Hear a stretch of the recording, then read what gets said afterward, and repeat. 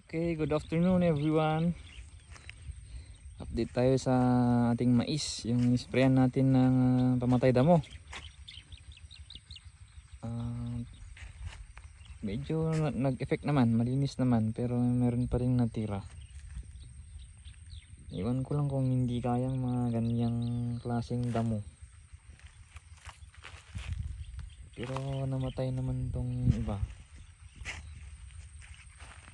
Or baka hindi na-sprayan, natamaan ng spray ng pamatayin damo. 25 days na po ang ating mais. Nag-spray tayo ng 18 days. After 1 week, ito ang update. 1 week after natin nag-spray, medyo malinis na at medyo lumaki itong mga mais. Nag-spray na rin tayo dito ng insecticide, pero ayun pa rin, pero wala na, pa-recover na tong mga mais.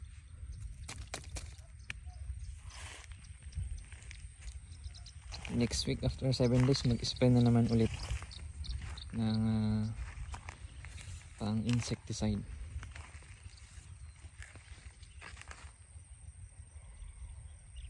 Medyo malinis na. Sayang, parang ewan ko kung magpapa-spray at pa ako ulit, kasi medyo para sa akin medyo madamo pa rin eh. Pero tignan natin, malalaki na kasi itong mga mais eh. Baka hindi rin matamaan ng spray kasi hindi malaki na yung dahon. Ayan ang ating 25 days old na Decalb 8282. Spray natin ng Demolition X yung ika 18 days. Dapat pala hinaluan natin ng 2,4-D para mas namatay lahat ang damo. Hindi siguro kaya ng Demolition X yan, or yung sakto naman yung timpla namin.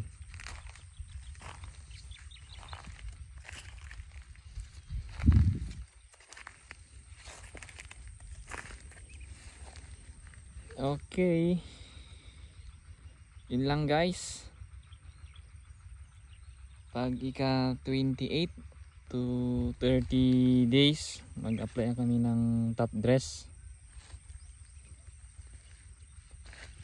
urea.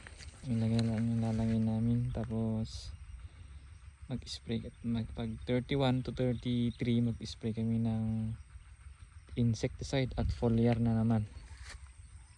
Pangalawang apply na natin yun kung sakali. Okay, thank you.